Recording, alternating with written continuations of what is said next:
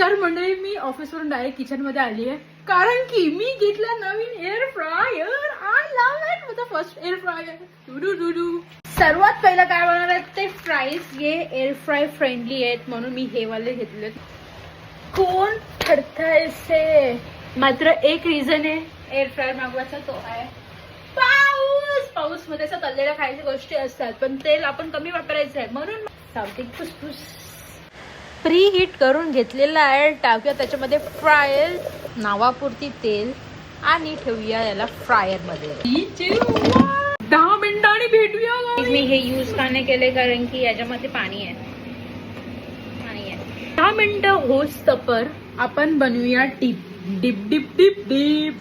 1 चम्मच शेजवान चटणी, mayonnaise, peri peri masala with chaat masala mix and it's done.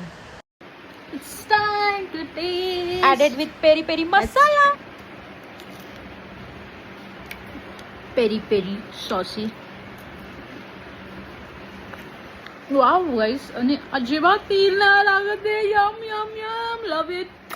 Guys एकच number rice बनले. तुम्ही पण नक्कीच ट्राय करा. तुमच्या एअर फ्रायर मध्ये नसेल तर त्याला तळा आणि खावा.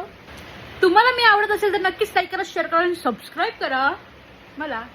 Bye bye, love you.